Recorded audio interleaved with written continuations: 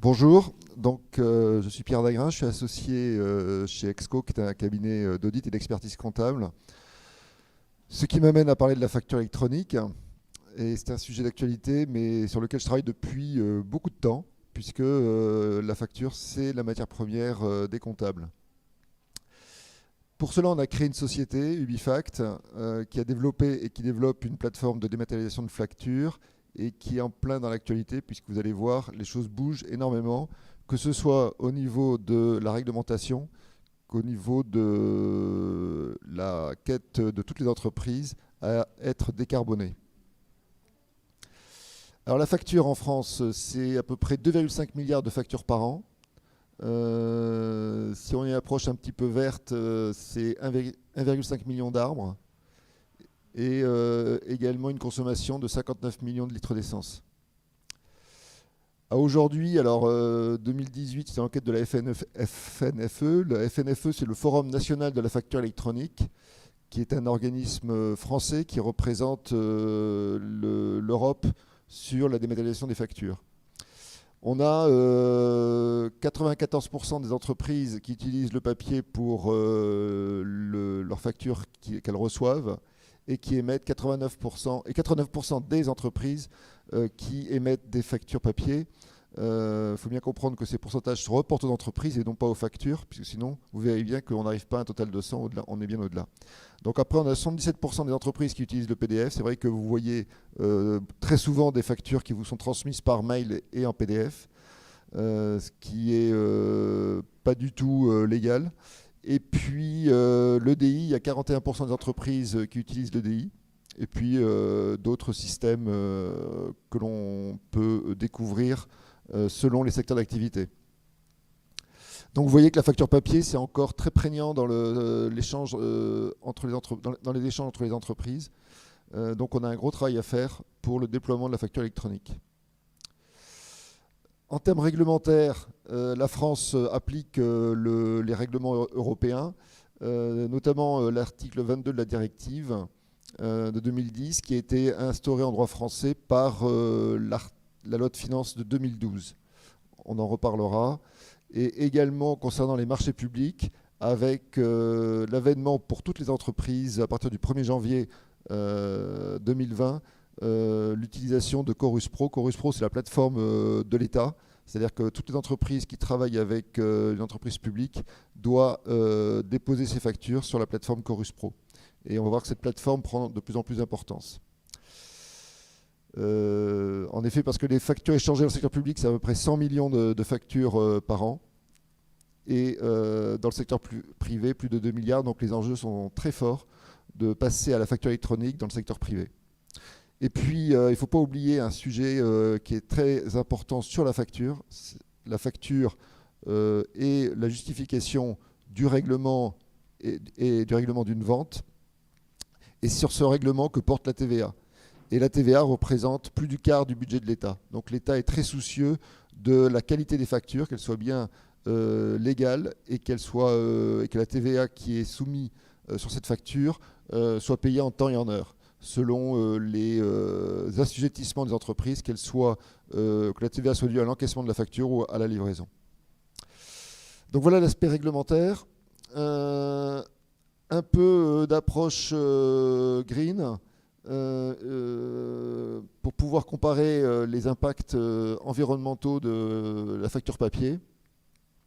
Donc une entreprise qui reçoit à peu près 50 000 factures par an, ce qui est assez courant dans une PME.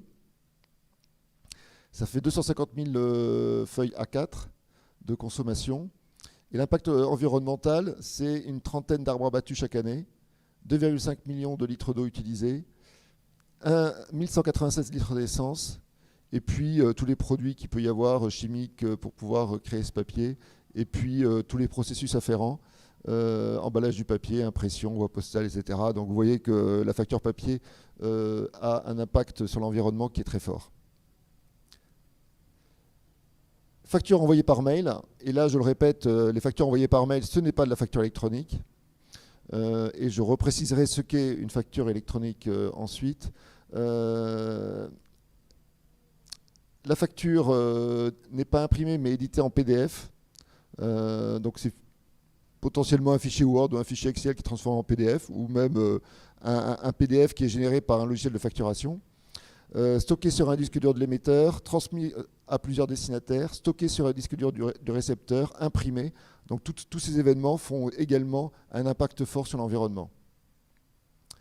Je rappelle en effet qu'un email n'est pas neutre sur l'environnement, ça consomme de l'énergie, ça consomme des data centers, il faut trouver aujourd'hui des solutions, et on le fait avec pas mal d'outils, notamment les plateformes y participent, d'éviter les échanges par mail. Donc les plateformes collaboratives travaillent à cela. Alors la facture électronique, elle a été définie donc, par la directive dont j'ai parlé, et puis la loi de finances de 2012, donc ça date un peu.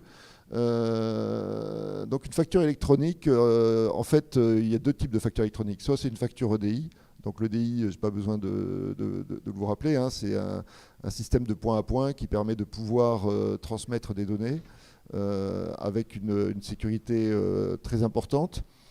Et puis, on a aussi une autre solution de facture électronique qui est le PDF. Et là, pour qu'il soit reconnu comme étant électronique, il faut que ce soit un PDF signé, RGS 2 étoiles, donc un process un peu lourd que peu d'entreprises ont et que peu de logiciels de facturation intègrent, donc pas du tout facile à utiliser. Et donc tout le reste, tout ce qui n'est pas ça, EDI ou PDF signé, c'est de la facture papier ou considérée comme telle. Et la loi fiscale oblige, pour pouvoir justifier cette facture, que l'on ait une piste d'audit fiable pour pouvoir justifier de la qualité de la facture. Alors c'est quoi une piste d'audit fiable? C'est tout le traçage, c'est un peu comme un processus qualité, c'est tracer tout le circuit de la facture qui permet de pouvoir justifier in fine que ce que l'on a réglé est bien une facture qui correspond à un contrat, à une prestation de service, à une livraison, avec une commande et un bon de réception. Donc on essaie de faire un workflow, de le formaliser pour qu'en cas de contrôle, on puisse justifier auprès de l'administration fiscale que ce que l'on a réglé, c'est bien une facture qui est acceptée légalement. Donc ça peut être formalisé de cette façon-là, avec toutes les pièces justificatives. Donc formaliser ce genre de workflow, le numérique est très utile puisqu'il permet de pouvoir archiver et de pouvoir formaliser ce type de processus.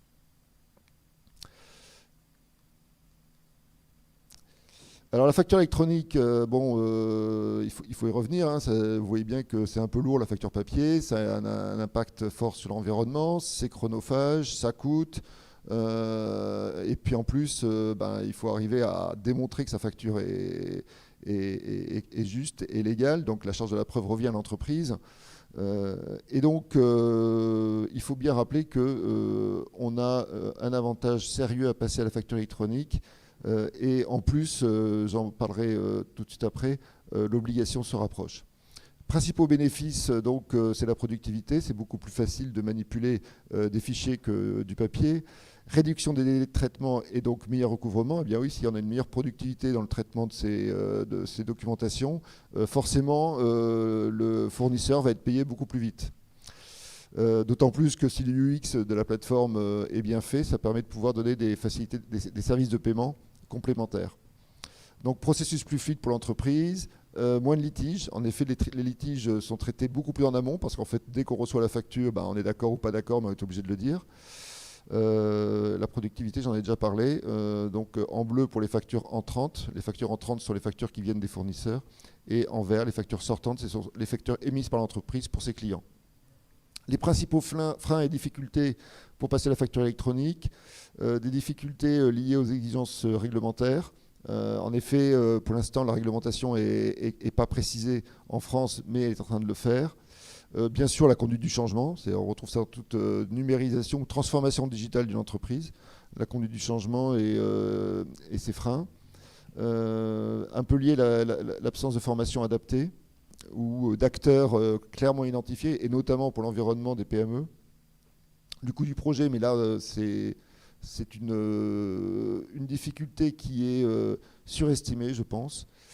Et puis, manque de compétences internes ou manque de formation. Et je pense que des acteurs comme nous, que ce soit Exco, Ubifact, on est un peu responsable du fait que les entreprises aient peu d'informations et des freins à y aller. Justement, l'objectif aujourd'hui, c'est de pouvoir dire aux entreprises, il faut y aller. Ce sera un bénéfice pour elles.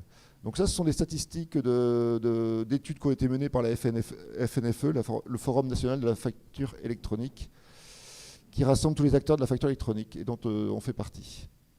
Alors, qu'est-ce qui s'est passé et qui rend obligatoire et qui nous rapproche de la révolution de la facture électronique?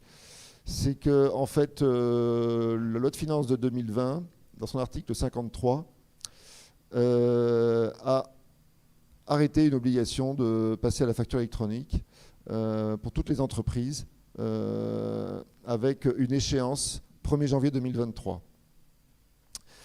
Et ce dispositif se décompose de 2 obligations pour les entreprises françaises avec le e-invoicing, ça c'est la facture électronique. Donc l'obligation pour les entreprises d'émettre et de recevoir des factures électroniques selon des processus que l'on va voir. Donc ça c'est toutes les activités B2B. Et le e-reporting, c'est tout le reste de l'activité économique qui ne passe pas par des factures. C'est notamment toutes les activités B2C. Donc le e-reporting concerne les caisses des commerçants et toute activité destinée à une clientèle B2C comme la restauration, l'hôtellerie, etc. Et puis, bien sûr, les flux étrangers qui doivent être également intégrés dans le e-reporting. Donc e-invoicing et e-reporting à destination de la plateforme de l'État dont on va parler. Alors, la facture électronique, à ce moment-là, elle devient un sujet qui va être normé. Et pour l'instant, la norme qui est arrêtée, c'est une norme qui s'appelle Facture X, une norme qui est déjà utilisée notamment par Chorus Pro, dont j'ai parlé tout à l'heure, qui est la plateforme de dématérialisation des marchés de l'État, et qui est un standard franco-allemand, et qui a l'avantage d'être assez simple, et qui est intégré de plus en plus par les logiciels de facturation, notamment le logiciel de facturation que nous avons développé, qui s'appelle Théogest, et qui allie un fichier PDF, donc qui est un fichier que vous connaissez bien et qui est visible, avec un fichier XML qui, lui, va enfermer toutes les données de la facture et qui va ce fichier va être lu. Et notamment, l'intérêt, c'est qu'il sera lu pour pouvoir émettre des virements, il sera lu pour pouvoir générer des écritures comptables, il sera lu pour pouvoir dialoguer avec les différentes plateformes. Voilà, donc la facture X est issue d'une norme européenne et qui existe donc depuis 2017. Donc vous voyez, c'est assez récent. Donc voilà, bien retenir l'article 153 de la loi de finances 2020 qui rend obligatoire d'ici 2023 la facture électronique. Mais, comme vous le savez bien, parce que je pense que vous découvrez ces sujets, 2023 c'est demain. 2023 c'est à la fois la Coupe du Monde de rugby, mais donc c'est dans très peu de temps, mais c'est aussi l'avènement de la facture électronique et tout le monde n'était pas prêt. Du coup, le 15 septembre 2021, donc il y a 15 jours, le gouvernement a émis l'ordonnance pour reporter ces délais. Alors les nouveaux délais, ce sont ceux-là, et ceux-là ne bougeront plus. C'est le délai du 1er juillet 2024, double délai qui est l'obligation de réception pour toutes les entreprises, c'est-à-dire qu'à partir du 1er juillet 2024, vous devrez accepter les factures sous leur format électronique, vous n'aurez plus le droit d'accepter les factures papier. Et l'obligation de transmettre les factures électroniques pour les grandes entreprises. Alors, obligation de transmettre les factures électroniques, c'est important, et e-reporting. N'oubliez pas que le e-reporting, c'est pour les activités B2C et les flux réalisés à l'étranger. Pour les grandes entreprises, alors il faut revenir aux définitions européennes des grandes entreprises. De mémoire, ce sont les entreprises qui font plus d'1 milliard d'euros de chiffre d'affaires. Ensuite, à partir du 1er janvier 2025, donc 6 mois plus tard, c'est obligation de transmettre les factures électroniques et reporting pour les ETI. Alors les ETI, ce sont les entreprises qui sont entre les PME et les grandes entreprises. Les PME au niveau européen, ce sont les entreprises qui font jusqu'à 250 millions d'euros de chiffre d'affaires. Et à partir du 1er janvier 2026, obligation de transmettre les factures électroniques et reporting pour toutes les entreprises. Donc, Cela veut dire que les entreprises doivent pouvoir recevoir leurs factures sous format électronique à partir du 1er juillet 2024 et être capables d'émettre des factures au 1er janvier 2026, sachant que pour nous, Ubifact, notre objectif, c'est de pouvoir accompagner notamment tout l'environnement TPE-PME. Cette ordonnance confirme deux choses. C'est qu'en fait, Chorus Pro va devenir la plateforme de l'État pour la dématérialisation. Et qu'il y aura la possibilité pour les entreprises soit d'utiliser Chorus Pro, soit d'utiliser des plateformes de dématérialisation partenaires qui seront immatriculées auprès de l'administration fiscale.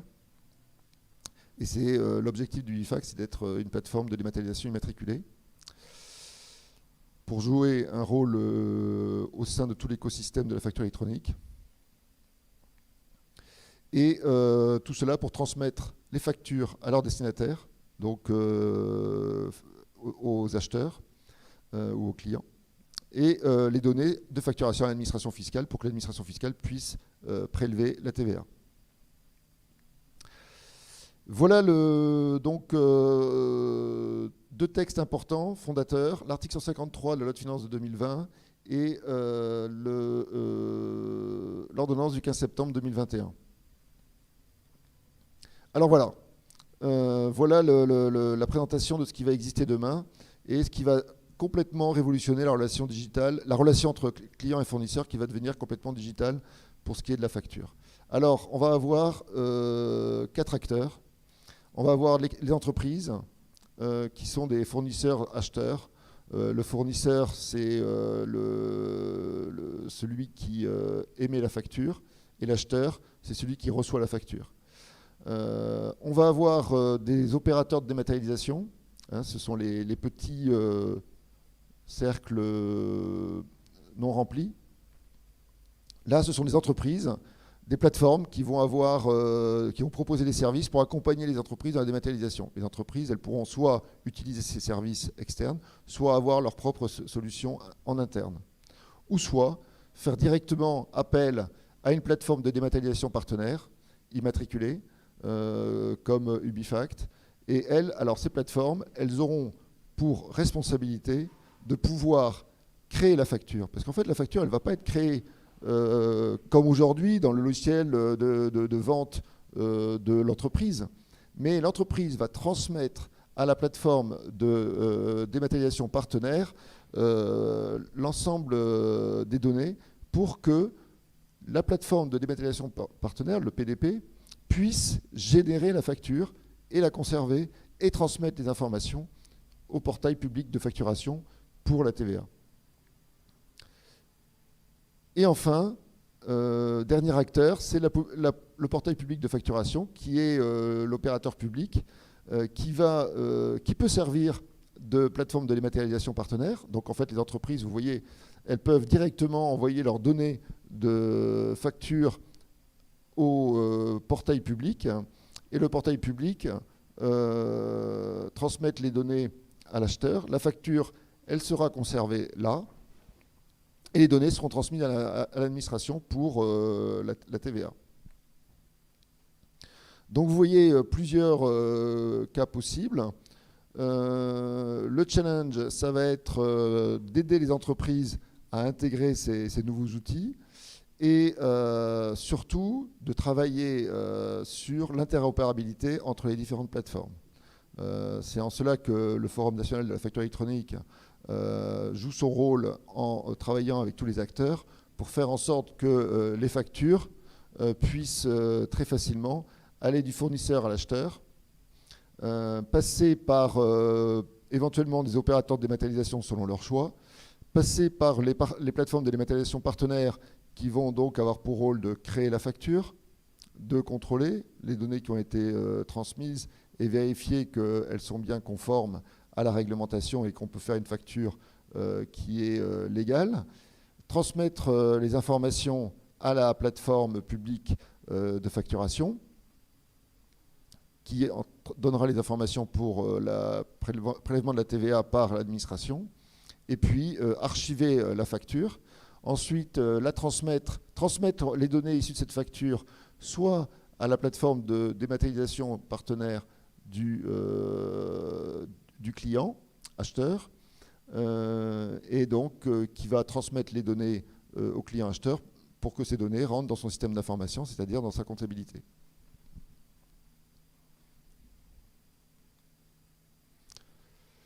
Donc voilà les différentes étapes. Comme je viens de l'indiquer, donc le fournisseur, avec son opérateur de dématérialisation, potentiellement, comme je le répète, hein, il peut ou pas avoir d'opérateur de dématérialisation, transmet les éléments de facturation ou un fichier, soit à la plateforme de dématérialisation partenaire, le cercle en bleu, soit directement au portail public de facturation.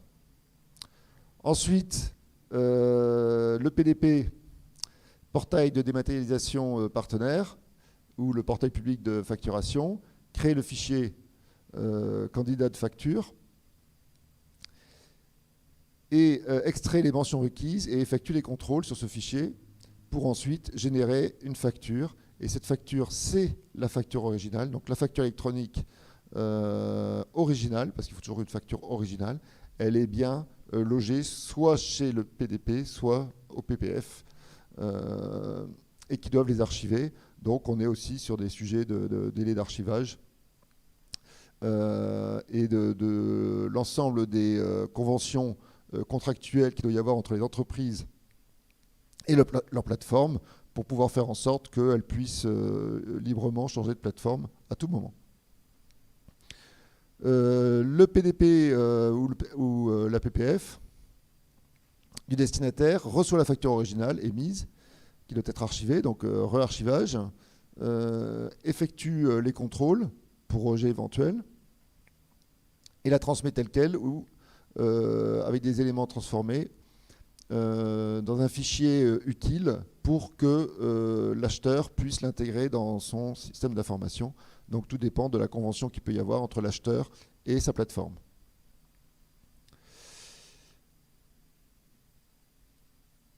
In fine, donc l'acheteur, il traite la facture, comme on le fait aujourd'hui quand on reçoit une facture papier, donc selon son système d'information.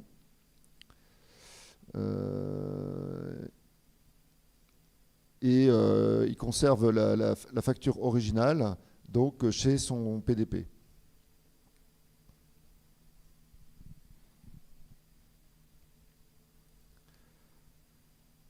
Donc voilà le nouvel environnement de la relation client-fournisseur concernant la facturation. Et bien sûr, on peut très bien extrapoler ce genre de schéma sur demain les transmissions des commandes et d'autres choses qui pourront passer par ces plateformes. Alors, la question, c'est de savoir pour les entreprises quel est leur intérêt d'avoir un opérateur de dématérialisation ou directement une plateforme de dématérialisation partenaire ou la plateforme publique de facturation.